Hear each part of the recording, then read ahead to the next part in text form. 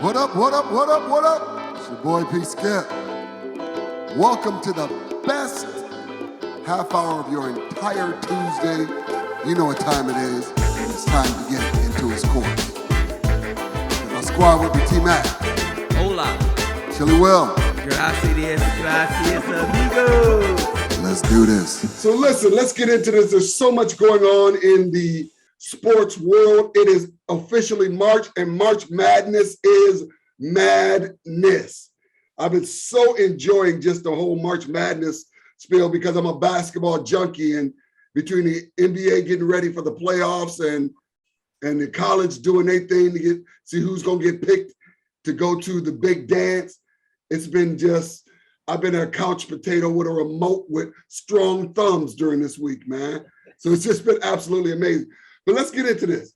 Romans chapter 12, verse 3 in the Amplified says this: "For by the grace of God given to me, I say unto you and unto everyone, if you think not, up to everyone, every one of you, not to think more highly of yourself and of his importance or ability than he ought to think, but to think so as to have sound judgment, as God has given to each a degree of faith and a purpose designed for that service." I said that because the Milwaukee Panthers men's basketball head coach, Patrick Baldwin Sr., has been released from his contract. Now, Patrick Baldwin Sr. took over in 2017 and has yet to have a 500 series since he's been coaching in Milwaukee. This comes after a 10-21 overall season this year in the Horizon League. And from what I understand is, just talking to people who's close to the UWM, Coach Baldwin got to a place where he thought of himself more highly than he should. First of all, you brought your son in. You brought your son in, and alumni, and we talked about it earlier when he signed, that ticket sales, season ticket sales went up tremendously because this was the highest pick or ranking recruit that we had in Milwaukee, and who knows how long, if ever. We got him in, and you didn't play him, but I think he may have played at the most 5 games. And you didn't play him, and he sat because of a twisted ankle. Not because it was something major, and he was allowed to keep his scholarship. And so you recruited players to fill in the spots around him, but yet he didn't play. And, you know, just talking to people close again, he wouldn't listen to, hey, we cannot run this type of offense because we don't have this type of offensive player. We got to run a different kind of offense now. Nope, this is my offense. We're running it. Just run it until it works. And it never worked. And so, you know, they released him. And I'll be honest. If I could be completely honest, keep it a buck, I would have released him mid-season. When I saw his son wasn't playing, when I saw they weren't winning, and when I saw he wasn't changing anything in how he was coaching, I would have released him mid-season. I was like, we'll just take number 2 and put him up. But it's sad because you sold us a bill of goods. You told us, hey, I'm bringing in the best recruit. I'm bringing in the best player. This should at least get us into the dance. You know, so Will, go ahead, bro. Well, it is unfortunate that that this happened. I happen to be I'm acquainted with Coach Baldwin, and his family. I've met his wife and his kids, his son, and have had a few conversations with them over the years. And he seems to be a very classy individual with a very wonderful family. But you're right. A lot of people around here, including myself, was all super ecstatic about Patrick Baldwin Jr. being on the UWM Panthers and how that would do for their team. I mean, he's a 5-star recruit. I mean, he was projected as being the 5th pick in the NBA lottery this year. And he was going to be playing in the Horizon League, which is not the ACC, the Big 10, the Big 12, or the Big East or the SEC. So, there was high expectations. I don't know the severity of the injury to his son, but you're saying an ankle. You seem like he would have been able to play more than 5 games with an ankle injury. And even in the games that he played, because I watched him in the box scores, and even in the game that he played, he wasn't tearing it up the way that I thought he would being in the Horizon League. Now, granted, I have seen his son play before in high school. And when I saw him and he might have been a sophomore in high school, I knew right then he was a pro. He looked way better than the high school people around here that he was playing against. But it's unfortunate that this happened. I think right now, getting a good college coach and the expectations on a college program for football or basketball is immense. And the amount of money that people are getting for those positions is ridiculous. And I think UWM is probably going to have to contemplate if they want to make that kind of investment, and if there's someone who they feel like is an upstart, a diamond in the rough type person that they can bring in and build the program up to that level. Now, I will say this, because they are in the Horizon League, there's opportunities for them to win games and to win a conference tournament and get a bid to the NCAA tournament. So it's not out of reach, but this right here, I think, is a major setback for the program. I would agree with you.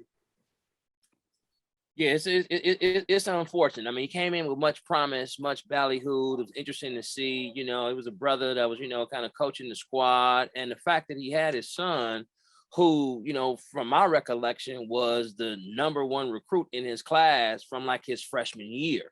As a matter of fact, when we had Jalen Johnson, who now is playing with the Atlanta Hawks coming out of Nicolay, they were kind of like 1 and 2 in their respective classes. So we were looking at kind of a basketball juggernaut here in Wisconsin, when Jalen Johnson doing his thing, followed up by Patrick Baldwin Jr. being this top recruit. It really brought a whole lot of excitement to the city of Milwaukee. And as a UWM alum, go Panthers, shout out UWM, we were really looking forward to having this top-notch recruit, this can't-miss pro prospect in our clutches, as opposed to the Marquettes and the University of Wisconsin, the Badgers, that usually get our cream of the crop. So it had so many different layers to it. In addition to that, I think the unfortunate thing for Coach Baldwin was not only the disappointment of you being the dad, to this guy. It's great that he came to the school after having all of the blue chippers from the Dukes, Kentuckys, Kansas, etc., clamoring for him. He stuck around stateside, hung out with his dad because they had a relationship before he became this rock star, and they stayed true to those values. It was a great feel-good story, homegrown, all this kind of stuff, relationship. So it had the storybook ending. But I think what is also a little bit overlooked is the fact that UWM, while we are a mid-major, we've had some good success over the last decade or two, and some top-notch coaches, from Bo Ryan, who went on to his University of Wisconsin Badger success, had led the squad to his first back-to-back winning seasons in nearly a decade when he took over, followed by Bruce Pearl, who has the Auburn Tigers in the SEC doing their thing after a fat stint at Tennessee and going to the NCAA tournament with UWM, and your good friend too, Rob Jeter, took, UWM to the tournament a couple of times and won the Horizon League Coach of the Year, I believe, in 2011. So we have a level of expectation that this is not just a placeholder job. This isn't a warm-up job. This isn't just a tryout job till you get to quote unquote big time. You have to come here and deliver and show and prove. And we believe that with the talent that he had in his son and the other recruits and his staff, some of which are some homegrown talent as well, that we should have been able to build some sort of pipeline. And even if we weren't a dominant team, going 30-4 or 30-5, we could at least be 500, or even better than that, a 20-win season, maybe with 10 or 11 losses, would have been sufficient for him to probably stick around a little bit longer. One of the other pieces of scuttlebutt that I've heard about the squad, which might play into while the dad went from just being a coach of his son to daddy was the fact that I heard that a lot of the other players, man, were really, really hating on Junior and were really jealous of him. And during the season would not cooperate with the offense, wouldn't give my man the ball, would be talking about him, saying, well, he ain't really all of that. So there was some acrimony amongst the players. And I don't know if the coach didn't come in and kill all of that because, one, I'm the coach and that's my son. This is what we gonna do. Or if he let it fester to the point where he said, you know what, my son, even if he didn't have a marvelous season, so I've had conversations with some pro folks, push come to shove, my son can go pro. I'm going to go with him. If he gets drafted by whatever NBA team, me and wife, we're going to move there. We're going to be daddy, a la, LeVar Ball with the Ball brothers. I mean, so that was some of the other play to it as well. It's unfortunate that it played out the way it did because I think it could have been a really big boon for the city, particularly coming off our pro team winning the first championship in 50 years.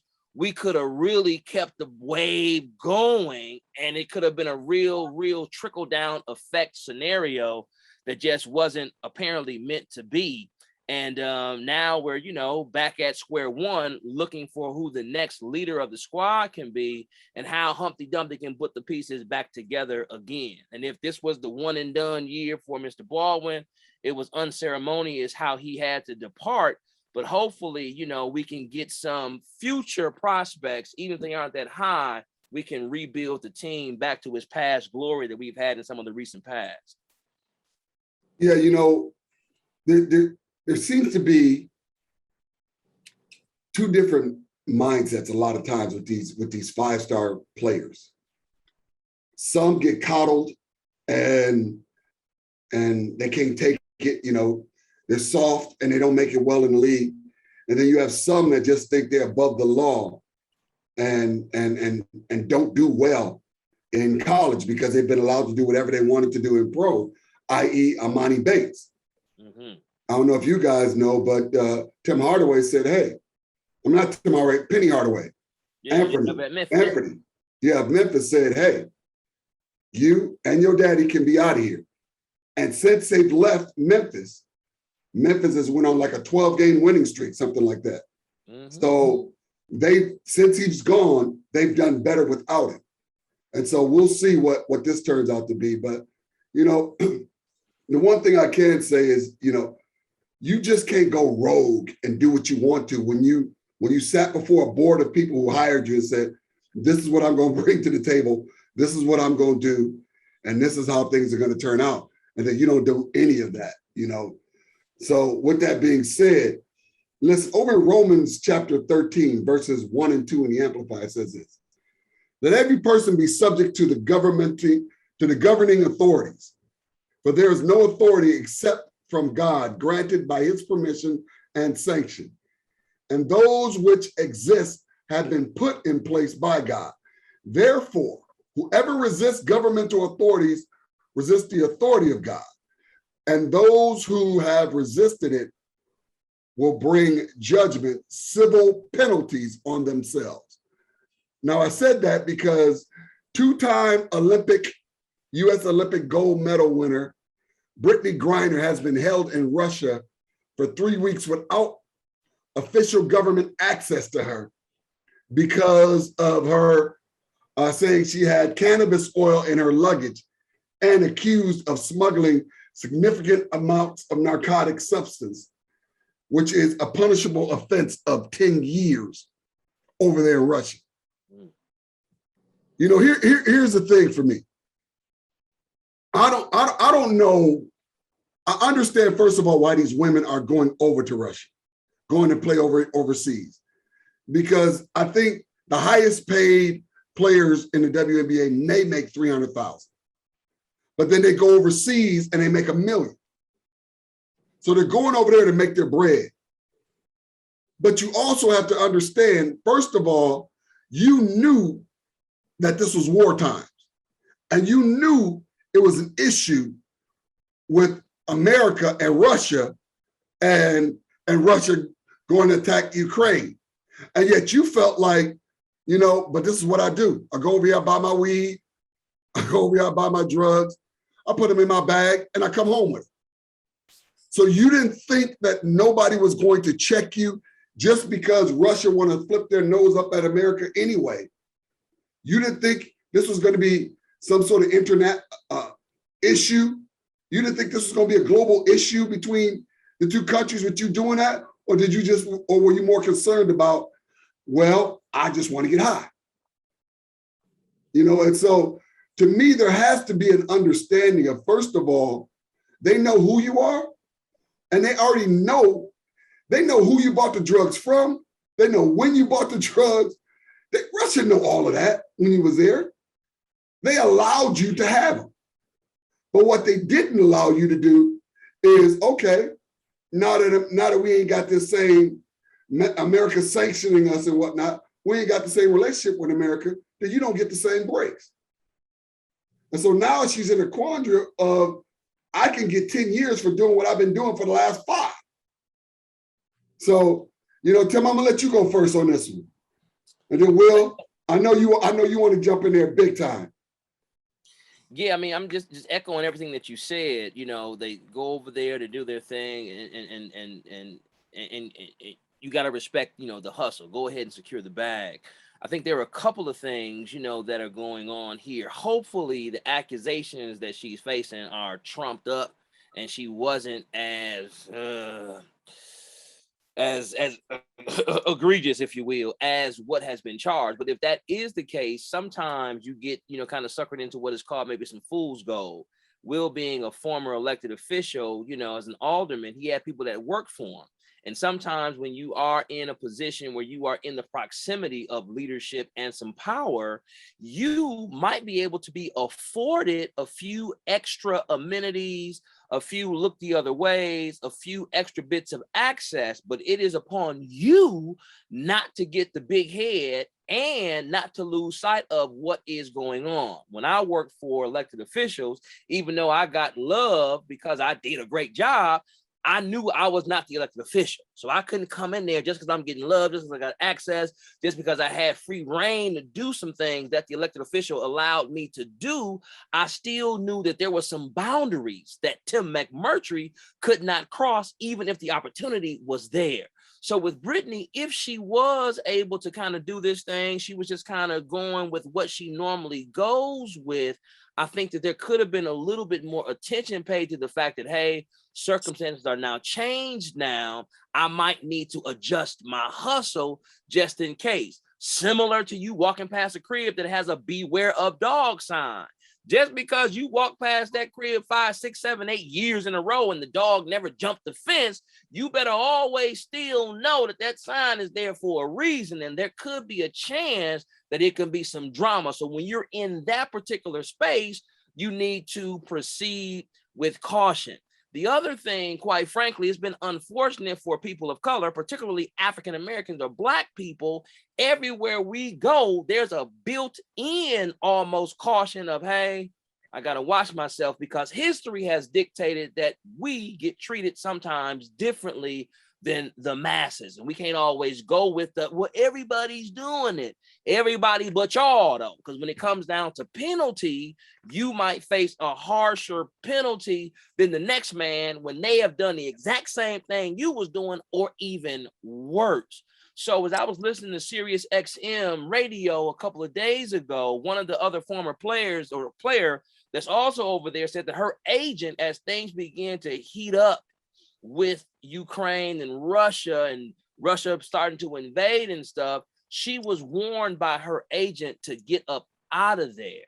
And it seemed like they was like, hey man, on the next thing smoking, go ahead and bounce while you can. So there might have been a window that Brittany could have been able to do her thing in the normal way that she did it, but she might have stuck around too late. And when the crackdowns really began, as Russia was starting to get divested from sanctions from other countries, Russia might have went on to, hey man, we got a zero tolerance policy for anything now, because we feel like Tupac, it's us versus the world now.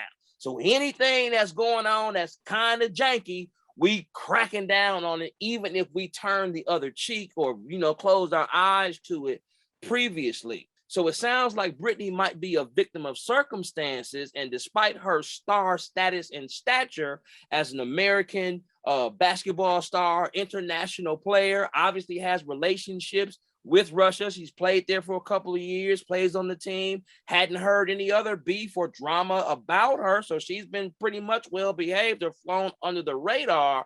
Right now, it's a tough situation. Hopefully, the U.S. State Department can do some sort of negotiation. There can be some sort of mea culpa, and she can be given a conditional release to at least get her freedom back and get out of this, purgatory, if you will, that she's in over there.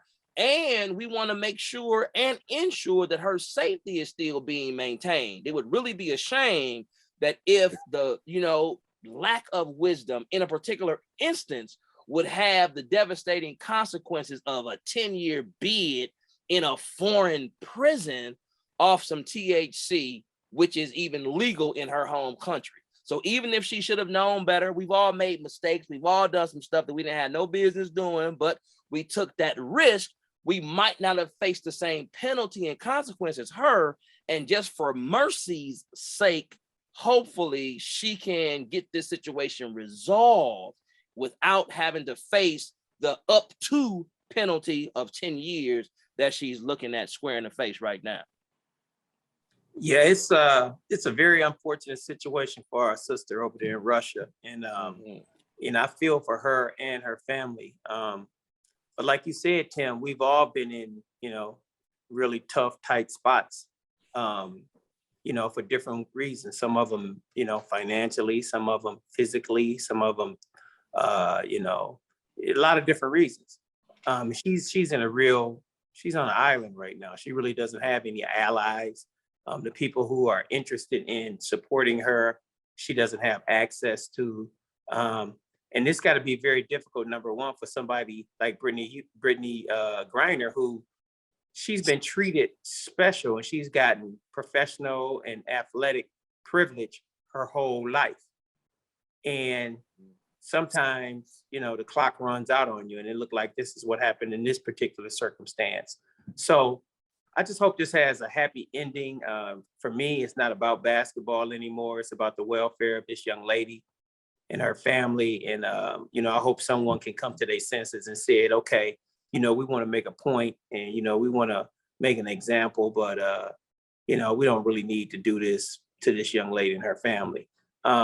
Brittany Griner is not the most well-liked athlete, because she's one of the greatest female basketball players ever, but you don't see her on commercials like you see all of the other female athletes, Sue Bird and all of them. They be on commercials. Yeah, you don't see all that. Yeah, she don't have all that. She don't have that because she's not really liked like that. She has more of a, just for the sake of example, more of a Barry Bonds type image. But the other thing to add to that, Will, is she's also had some issues off the court, domestic violence and stuff like that. So that kind of eliminates her from endorsements. Yeah, she's had her issues, but this is the bed she made, and she has to sleep in it, and that's all fine and dandy and fair. But I just pray that this isn't the price she have to pay for being in the wrong place at the wrong time. This is a very sad circumstance. Yeah, I would agree. And once she's released, then the NBA. Wait, you saying you think like it's no guarantee of that. She might be a year. Okay, if she's released, year, that's too much. Right. If she's released and she wants to play in the league again, then the NBA is going to deal with her. WNBA. Well, that's still up under the umbrella of the NBA. Yeah. Right. Yeah. So they're still going to deal with her for drugs. So she may get suspended for a whole season once she gets back. Yeah. But that's why I say at this point it's not about basketball for me. Right. If she gets suspended, that's fine. It's just about safety and her whole well-being. I mean, I'm not really thinking about basketball for her. She's done enough. She's a Hall of Famer. She's done enough. She's made as much money. She's probably made as much money as anybody other than Diana Taurasi in basketball. So she's fine along those lines. I just want her to make sure, I just want to hope and pray that her life doesn't get sidetracked with this devastating type situation. Right. And what's really crazy is the government ain't talking to nobody about it. They're not even letting them. They're not even letting any Americans have any access to her. Like, nah. Right. You know, which is a bad sign. That's a bad sign. Yeah, they're making an example out of her. Yeah. Because they put her on an island. Hey, listen, we got to do this quickly. We only got a minute left, but let me say this. We got to talk about the big trade. James Harden is traded to Philly for Ben Simmons going to the Brooklyn Nets. What do you think about this trade? Give me 30 seconds, starting with you, Willie. Yay, nay, and what do you think about it? I think it was a great trade for the Brooklyn Nets, and I think not just them getting Ben Simmons, but the other ancillary parts and pieces and individuals that they got with them. I think it filled a lot of voids that they had, and I think just solidified them for years to come. And Ben Simmons is already under an extended contract. Tim. I think it was good for Philadelphia. I mean, James Harden laid an egg in that first game against, the Nets that they played in regular season. It was a regular season game. And I just think that if he can give us the best of James Harden being teamed up with Joel Embiid, who seems to have finally gotten how great of a player he can be, I think that can be really dangerous. I think both teams have some benefit, but I don't think that Philadelphia lost out on the trade in that the first 5 games that he played with Philly, they were 5-0. I don't know what happened in that bizarro situation against the Nets when they came to visit Philly. Nets play with more intensity, but I think in the long run, if James Harden can play the best James Harden basketball, I think Philly will be very, very pleased with making that move. And I'll close out with this. There's a couple of things that I thought. One, James did not sign an extension with Philly, which is not good. 2, in Philly, you got 2 players, and both of them have proven to choke in big games. And so now who's going to lead them? Because Philly gave away a lot of, like you said, Will, a lot of ancillary pieces that now you ain't got some of them makeups. You ain't got Curry to hit those open threes no more. You don't have that in your back pocket no more, that somebody else could possibly, take up some of the slack. So I don't, I think Philly gave up way too much for James Harden, and with the fact that James didn't sign with them yet, I wouldn't have done it without a guarantee of him signing. And so, because he could very easily walk. He could very easily walk next year and say, yeah, I'm done with this. This is what I want, ain't what I want to do. Because he's proven that he'll walk. And that be it. So listen, other things in the news, and we'll leave with this. Huge Russell Wilson going to Denver, leaving Seattle. That's major. And Aaron Rodgers still in Green Bay. We'll talk about that next time. But listen, thank you for tuning in to the #1 faith-based sports talk show in the entire world, Into His Courts. Until next week, have an amazing week. Peace. Man.